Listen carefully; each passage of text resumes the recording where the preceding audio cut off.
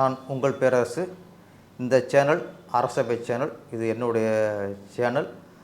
தொடர்ந்து உங்களோட பல விஷயங்களை இந்த சேனல் மூலிமா நான் பகிர்ந்துக்க தயாராக இருக்கேன். அதனால் இந்த சேனலை லைக் பண்ணுங்கள், ஷேர் பண்ணுங்கள், சப்ஸ்கிரைப் பண்ணுங்கள். கூத்தாடின்னு நீங்கள் அந்த தோரணையில் இருக்குல்ல, அந்த தோரணை தப்பு. நாங்கள் கூத்து பூரா சாமி இருக்குன்னுச்சு. நீங்கள் அரசு தினவனிங்க சாமி இல்லை, கோயில் இல்லை, குளிக்காத, பல்லு விளக்காத. அரசவை நேயர்களுக்கு வணக்கம். இன்றைக்கி நம்மளுடைய இயக்குனர் திரு பேரரசு அவர்கள் இணைந்திருக்கிறார். அவரோடு ஒரு முக்கியமான ஒரு கேள்வி. அவர் இந்த விஷயத்தை நேற்று கூட ஒரு மேடையில் கொஞ்சம் உணர்ச்சிவசப்பட்டு சொன்னார். அவர் இந்த கேள்விக்கு என்ன பதில் வச்சிருக்கிறாருன்னு கேட்போம். சார் வணக்கம். சார் வணக்கம் சார். சரி, இப்போது தமிழக வெற்றி கழகம் அவர் விஜய் சார் வந்ததுக்கு பிறகு அவர் மேலே அரசியல் ரீதியாக நிறையா அட்டாக் பண்ணுறாங்க. சில விஷயங்களுக்கு நீங்கள் பதில் சொல்லியிருக்கீங்க. ஆனால் அரசியல் தலைவர்களே, அரசியலில் இருக்கிறவங்களே அவரை கூத்தாடி அப்படின்ற வார்த்தையை பிரயோகப்படுத்தி சொல்லியிருக்கிறாங்க. இந்த கருத்தை நீங்கள் எப்படி பார்க்குறீங்க? இது ஒன்றும் அதிர்ச்சி தர்ற ஒரு விமர்சனம் இல்லை. ஏன்னா எந்த சினிமா நடிகரும் அரசியல் வரும்போது முதல்ல சொல்கிற வார்த்தை இந்த ஏவுகணை, இந்த கூத்தாடிங்கிற ஒரு ஏளன வார்த்தை தான். இது எம்ஜிஆர் புரட்சியில் எம்ஜிஆர் வரும்போதே கூத்தாடிக்கு என்ன தெரியும் அப்படின்னு கூத்தாடிக்கு நாடால தெரியுமாங்கிறலாம் ஒரு விமர்சனம் வந்துருச்சு. ஆமாம், இது வழக்கமாக வர்றதான். ஆனால் இது யார் சொன்னால் இதெல்லாம் இந்த கூத்தாடியோட அருமை தெரியாதவங்க சொல்கிறது.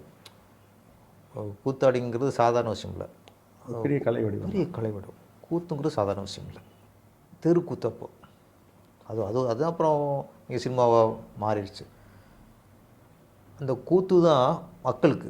அப்போ அவங்க ஒரு ராமாயணம் பாமர மக்கள் படிக்க மாட்டாங்க, ஒரு அரிச்சந்திரனோட கதை அவங்க படிக்க மாட்டாங்க, ஒரு முருகர் வள்ளியர் அந்த இது படிச்சிருக்க மாட்டாங்க, சத்யாவன் சாவித்திரி இது அவங்க சுதந்திர போராட்டத்துக்கு கூட நாடகத்தை. ஆமாம் ஆசிரியர் இதெல்லாம் படிச்சிருக்க மாட்டாங்க. ஆனால் இதெல்லாம் மக்கள்கிட்ட கொண்டு சேர்த்து ஒரு ராமாயணத்தை கொண்டு சேர்த்தது நாடகம் தான், கூத்து தான். ஒரு அரிச்சந்திரனை பற்றி உண்மையை தான் சொல்லணும், வாழ்க்கையில் போய் சொல்லக்கூடாதுன்ட்டு ஒரு பெரிய தத்துவம். மகாத்மா காந்தி அந்த நாடகத்தை பார்த்து. ஆமாம். அப்போ அது கூத்து தான்.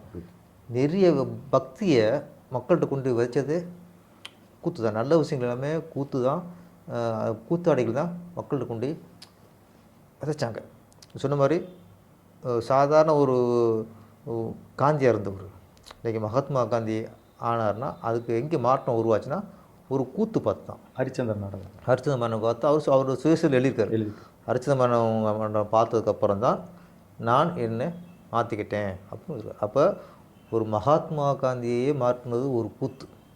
அங்கே கூத்தாடி நடித்தது நடிப்பு அது ஹரிச்சந்திரன் நடிச்சதை பார்த்தானே அவரே மாறியிருக்காரு. அவன் கூத்தோட வலிமை மிகப்பெரியது. கூத்தாடியோட பெருமை மிகப்பெரியது. அதாவது இங்கே கூத்தாடிங்கிற கேவலமாக அவங்க சொல்கிறதுலாம் அவங்க தான் அவங்க தகுதியை இழக்கிறாங்க. ஃபஸ்ட்டு சொல்லப்போனால் கலைஞர் இருந்தார். இன்றைக்கி நம்ம நாட்டாண்டவங்க தமிழ்நாட்டில் கலைஞராக இருக்கட்டும், சிஎன் அண்ணாதுரை அவரும் கூத்தாடி தான். அவர் நாடகம் எழுதுனவர் தான். அவர் கலைஞர் பெண் வேடம் விட்டு நாடகம் நடிச்சிருக்காரு. அந்த எத்தனை ஸ்டில் பார்த்துருக்கோம். அதுக்கப்புறம் புரட்சித் தலைவர் எம்ஜிஆர் அவரை கூத்தாடினாங்க. ஆனால் அவர் எவ்வளோ விஷயம் நல்ல விஷயம் சொல்லியிருக்காரு படத்தில். தாய்க்கு பின் தாரம், தாய் சொல்லி தட்டாதே, தாயை காத்த தனையன், தாயின் பெருமையை சொல்லி எல்லாரும் எம்ஜிஆரோட பார்த்த எல்லாருமே அப்போ தாயை மதிக்க ஆரம்பித்தாங்க. அந்தளவுக்கு நல்ல விஷயங்களை சொன்னவர் புரட்சித் தலைவர் எம்ஜிஆர். அதுக்கப்புறம் அம்மா ஜெயலலிதா அம்மா, விஜயகாந்த் அவர்கள். விஜயகாந்த் படத்தில் நாட்டுப்பற்று அதிகமாக சொன்னது அவர் தான், தேசப்பற்று அதிகமாக சொன்னது விஜயகாந்த் அவர்கள் தான். அவர் கூத்தாட்டி தூக்கி போடுவீங்களா?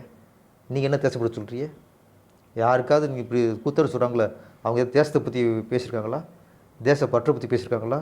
இல்லை. அதுக்கப்புறம் முகஸ்டாலின் இப்போ இதுக்கு முன்னாடி அவர் நடிகர், ஒரே ரத்தமுக்குள்ள ஒரு ஹீரோ சீரியல் பண்ணியிருக்காரு, குறிஞ்சி மலர். ஆமாம், குறிஞ்சி மலர்னு சீரியல் பண்ணியிருக்காரு.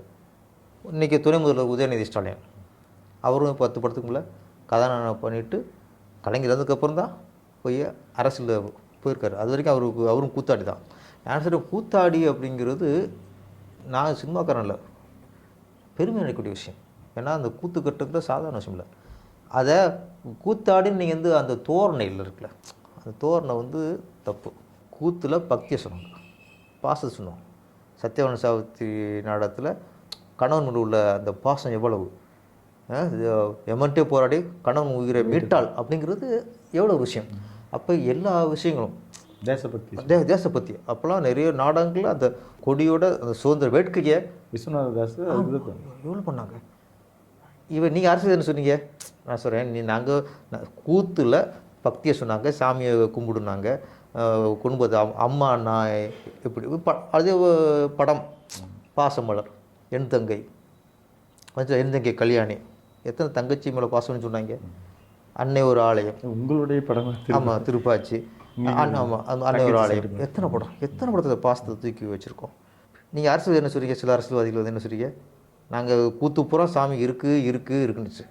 நீங்கள் அரசியல் என்ன பண்ணீங்க, சாமி இல்லை, கோயில் இல்லை, குளிக்காத, பல்லு வளர்க்காத, எல்லாம் உலகத்தில் வந்து எதுவுமே பெருசு இல்லை உலகத்தில். இது கூத்து வந்து கலாச்சாரம் பண்பாடு எல்லாத்தையும் சொல்லிச்சு. நீங்கள் ஒன்று என்ன அரசியல் என்ன சொன்னீங்க, நான் சிலரை சொல்கிறேன், நீங்கள் என்ன சொல்கிறீங்க, ஆத்தா ஒன்று தான், தங்கச்சி ஒன்று தான், பொண்டாட்டி ஒன்று தாங்கிறீங்க, எல்லாம் பொம்பளை தாங்கிறீங்க. சினிமாவில் வந்து அம்மானா தெய்வம்னோ, அது தங்கச்சின்னா அதை தாங்கணும், பாசத்தை தாங்கணும், ஒய்ஃபை இப்படி தாங்குறது எத்தனை படங்கள் இருக்குது. கூத்து தாங்க பண்பாட்டையும் கலாச்சாரத்தையும் உறவுடையதையும் தலைமுறையாக சொல்லிட்டு வருது. நீங்கள் அரசியல் வந்துட்டு எல்லாம் ஒன்று தான், சாமி கும்பிடாதுன்னா நீங்கள் தான் சமூகத்தை கெடுத்ததே சில இதுதான். அதனால் இந்த மாதிரி அரசியல்வாதிகளை விட இந்த கூத்து சிறந்தது, கூத்தாடி சிறந்தவர்கள்.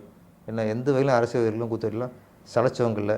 இன்னொன்று, ஒரு கொரோனாவாக இருக்கட்டும், ஒரு புயல் அடிக்கட்டும், ஒரு பூமி வரட்டும், ஏதாவது பாதிப்புனா உடனே முதல்வர் நிதிக்கு கொண்டு 1 கோடி 10 லட்சம் 20 லட்சம் கொடுக்குறது கூத்தாடிக்க தான். எந்த எம்எல்ஏ கொண்டு கொடுத்துருக்காங்கன்னா, இந்த மினிஸ்டர் எவ்வளோ கொள்ளடிக்கிறாங்க, எவ்வளோ ஊழல் பண்ணுறாங்க, எத்தனை கோடி சம்பாதிக்கிறாங்க. யாராவது மினிஸ்டர் வந்து முதல்வர் நிதிக்கு வந்து கொரோனா நிதியாக நாங்கள் 10 லட்சம் தரோம், புயல் நிதியாக நாங்கள் ஒரு 5 லட்சம் தரோம், ஏதாவது ஒரு மினிஸ்டர் ஒரு எம்எல்ஏ கொடுக்குறவங்க யார், எங்கள் கூத்தாடிங்க. அதனால் கூத்தாடிங்களை வந்து இழிவாக பேசுகிறது தாங்கிக் கொள்ள முடியாது, ஏற்றுக்கொள்ள முடியாது. மிக்க நன்றி சார், உங்கள் கருத்துக்கு. மீண்டும் சந்திப்போம்.